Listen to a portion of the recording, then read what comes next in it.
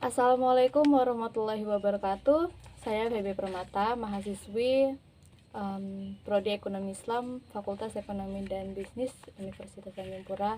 Di sini saya akan menyampaikan resume materi dari webinar SSBM yang dari materi yang pertama, yaitu tentang dasar-dasar ekonomi Islam yang disampaikan oleh Bapak Bustami. Baiklah, langsung saja ke materi yang pertama, yaitu dasar-dasar ekonomi Islam.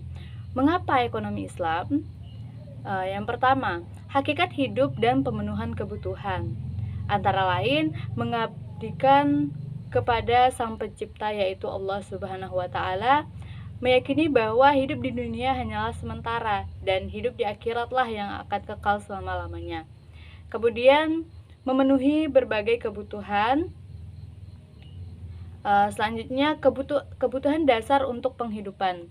Kebutuhan dasar untuk penghidupan ini antara lain yaitu pemeliharaan iman, selanjutnya pemeliharaan pendidikan yaitu untuk akal, dan pemeliharaan kesehatan, keamanan, dan kemerdekaan, selanjutnya pemeliharaan rumah tangga dan keturunan, dan yang terakhir yaitu pemeliharaan kecukupan harta.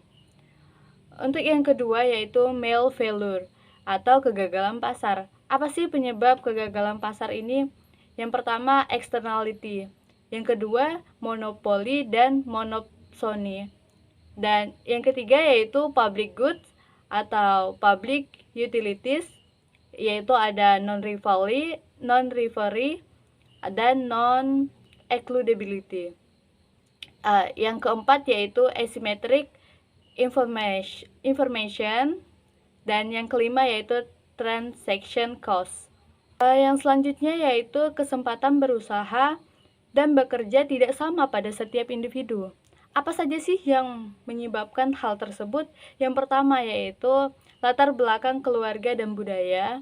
Selanjutnya latar belakang pendidikan dan keterampilan setiap individu. Selanjutnya lingkungan tempat tinggal. Yang keempat yaitu persepsi dari setiap individu itu, dan yang kelima yaitu motivasi dan kepribadian individu itu masing-masing. Yang selanjutnya yaitu tidak semua individu dapat menikmati hasil-hasil perekonomian secara adil dan merata.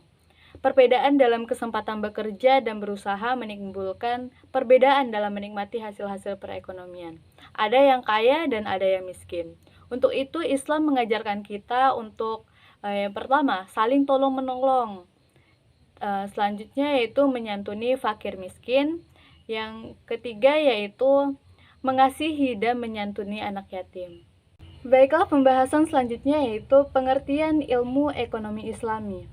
Ilmu ekonomi Islami adalah ilmu yang mempelajari tentang tata cara manusia dalam memenuhi berbagai kebutuhan hidupnya di dunia dengan mengharapkan ridho Allah Subhanahu wa Ta'ala sehingga diperoleh kejayaan baik di dunia maupun di akhirat, yaitu untuk mencapai falah. Adapun prinsip-prinsip ekonomika Islami, prinsip utama dalam ekonomi Islami adalah prinsip tauhid. Namun, prinsip tauhid ini akan melahirkan berbagai prinsip-prinsip lainnya, antara lain prinsip persaudaraan, prinsip mengutamakan kerja, produktivitas, dan kebebasan ekonomi. Selanjutnya, prinsip kesederhanaan dan tidak boros. Yang keempat yaitu prinsip terakomodasinya kepemilikan seseorang. Dan yang terakhir yaitu prinsip keadilan ekonomi. Selanjutnya yaitu perbedaan antara ekonomi Islami dan konvensional. Yang pertama terletak pada filosofinya, yaitu ekonomi Islam dimasuki oleh unsur-unsur syariah. Perbedaan yang kedua yaitu terletak pada masalah ekonomi. Secara umum, pada yang konvensional muncul karena sumber daya alam yang terbatas, sedangkan pada yang Islami, masalah pokok ekonomi adalah masalah distribusi. Perbedaan yang ketiga yaitu prinsip utama ekonomi Islam adalah tauhid, hidup hemat, dan tidak bermewah-mewahan. Baiklah, yang selanjutnya yaitu pendapat yang disampaikan oleh Hasanuzzaman. Hasanuddin mengemukakan peran dan fungsi negara, yaitu yang pertama, pembuat kebijakan dan legalisasi, pertahanan negara, pendidikan dan penelitian, pembangunan dan pengawasan moral sosial masyarakat, menegakkan hukum, menjaga ketertiban, dan menjalankan hudud. Yang selanjutnya yaitu kesejahteraan publik, dan yang terakhir yaitu hubungan luar negeri. Pembahasan selanjutnya yaitu keuangan publik dalam perekonomian Islam. Di sini dibagi menjadi 4, yaitu ada zakat, fai, pajak, dan takaful. Zakat yaitu tujuannya untuk mensejahterakan masyarakat. Apabila zakat belum bisa untuk mensejahterakan masyarakat, maka dibantu dengan menggunakan harta negara yang bersumber dari fai. Dan jika itu juga belum mampu, maka diperkenankan mengambil pajak dari golongan-golongan kaya. Dan apabila belum mampu juga, maka dilakukan pemerataan, yaitu takaful. Baiklah, yang selanjutnya yaitu bagaimana sih hubungan Islam dan perbankan syariah. Nah, jadi hubungan Islam dan perbankan syariah yang pertama seperti ini. Islam terbagi atas 3, yaitu akidah, syariah, dan akhlak. Akidah ini berhubungan dengan kepercayaan kita, sedangkan syariah merupakan aktivitas dan praktek kita sehari-hari, dan akhlak berhubungan dengan moral. Dalam syariah ini terdapat 2 bagian, yaitu ibadah dan muamalah. Nah, dalam muamalah ini ada muamalah atau aktivitas, yaitu politik, ekonomi, dan sosial. Nah, dalam aktivitas ekonomi ini terdapatlah aktivitas perbankan dan bisnis, yaitu dalam Islam kita sebut perbankan syariah dan bisnis syariah. Seperti itu. Baiklah, langsung saja ke materi yang kedua tentang perbankan syariah. Bank syariah merupakan bank yang menjalankan kegiatan usahanya berdasarkan prinsip-prinsip syariah. Bank syariah ini dibagi menjadi 2, yaitu Bank Umum Syariah atau disingkat dengan BUS, dan Bank Pembiayaan Syariah atau BPR. Bank Umum Syariah ini memberikan jasa dalam lalu lintas pembayarannya, sedangkan BPR atau Bank Pembiayaan Syariah tidak memberikan jasa. Adapun rekapitulasi institusi perbankan syariah dibagi menjadi 2, yaitu Bank Umum dan Bank Perkreditan Rakyat atau BPR. Bank umum ini terdiri dari bank pemerintah dan bank swasta. Bank pemerintah terdiri dari bank pemerintah dan bank pemerintah unit usaha syariah. Sedangkan bank swasta terbagi atas bank pembangunan daerah atau bank pembangunan daerah unit usaha syariah, serta bank umum swasta dan bank umum unit usaha syariah. Selanjutnya yaitu bank umum swasta syariah.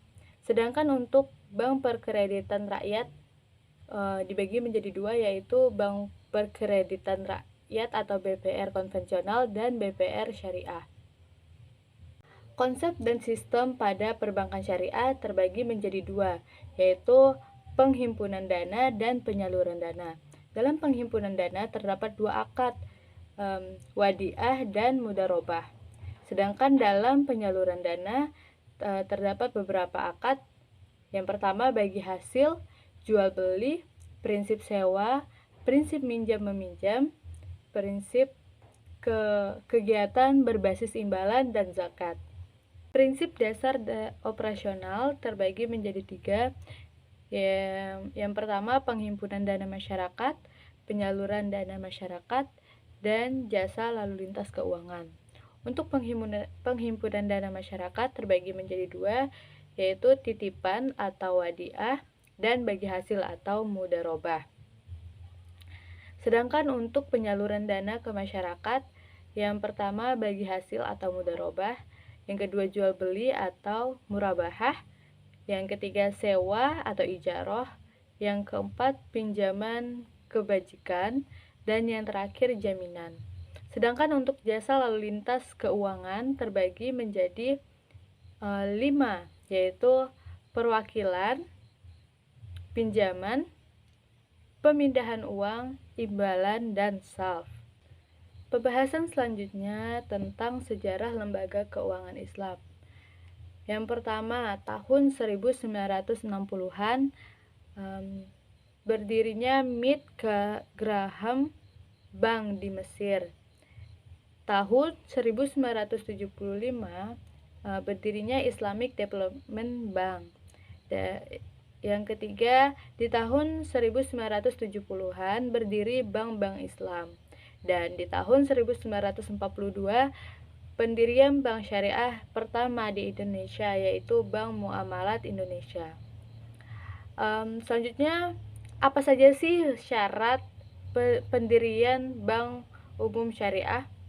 Yang pertama, modalnya harus minimal 1 triliun rupiah. Yang kedua, hukumnya harus PT. Dan yang ketiga, harus ada DPS-nya atau Dewan Pengawas Syariah. Selanjutnya, apa sih perbedaan mendasar antara bank konvensional dan bank syariah selain dari sistem yang digunakan? Pada bank syariah terdapat DPS atau Dewan Pengawas Syariah. Itu yang mendasari perbedaan antara bank konvensional dan bank syariah.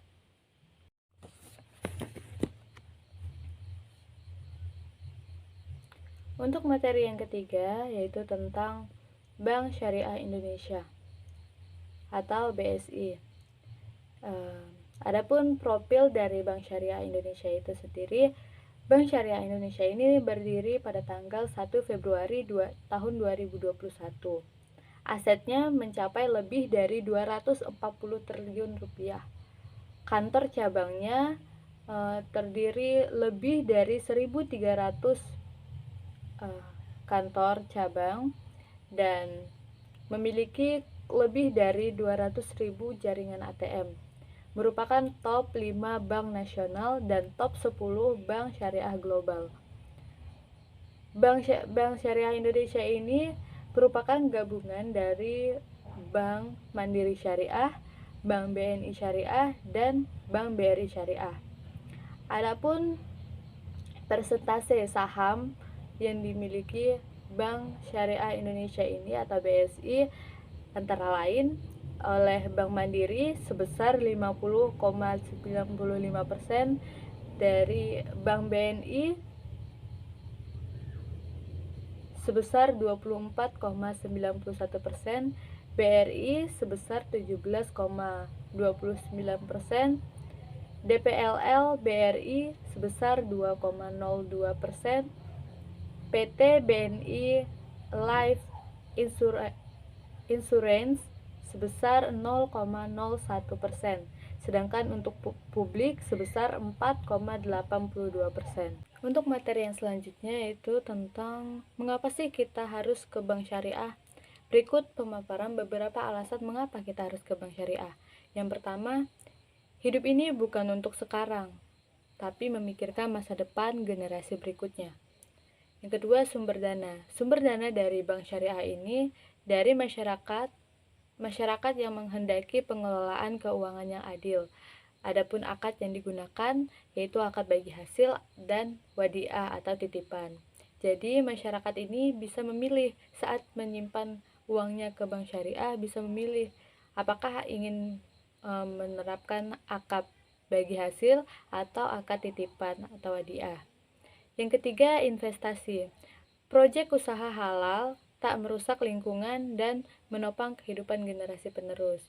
Akadnya terdiri dari akad jual beli, sewa menyewa, dan bagi hasil. Alasan yang keempat mengapa kita harus ke bank syariah yaitu zakat, infak, sedekah, dan dana sosial terdapat dalam bank syariah ini. Hanya di bank syariah, zakat sebesar 2,5% dari penghasilan kotor. Nasabah dapat berinfak setelah melakukan transaksi.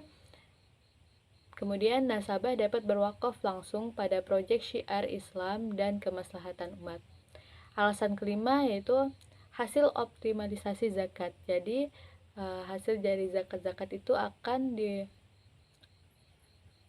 disalurkan ke yang pertama, renovasi ratusan masjid yang berdekatan dengan kantor bank syariah itu sendiri. Selanjutnya pembangunan musola, beasiswa rutin kepada 1.860 pelajar, bantuan pembangunan madrasah, pesantren, dan lembaga pendidikan. Yang terakhir, bantuan recovery bencana alam.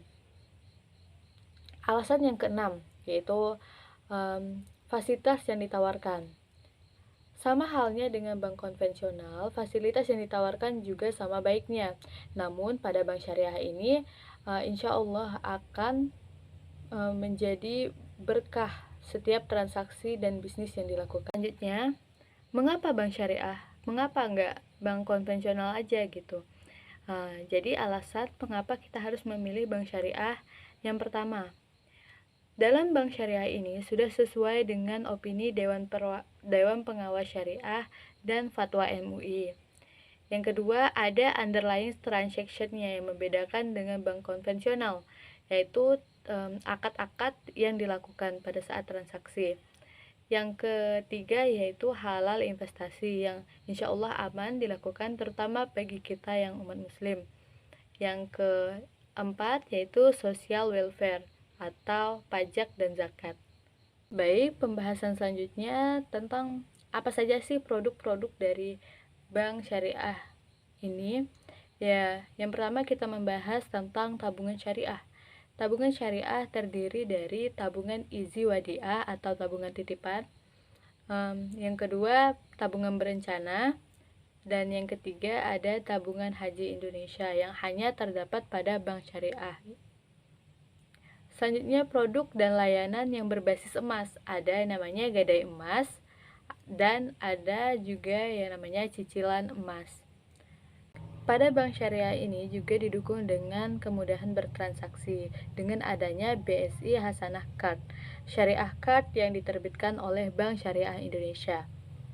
Mungkin sekian pemaparan saya tentang rangkuman materi dari webinar SSBM kali ini. Mohon maaf apabila materi yang saya sampaikan kurang lengkap atau kurang jelas. Terima kasih atas perhatiannya. Dan saya akhiri, wassalamualaikum warahmatullahi wabarakatuh.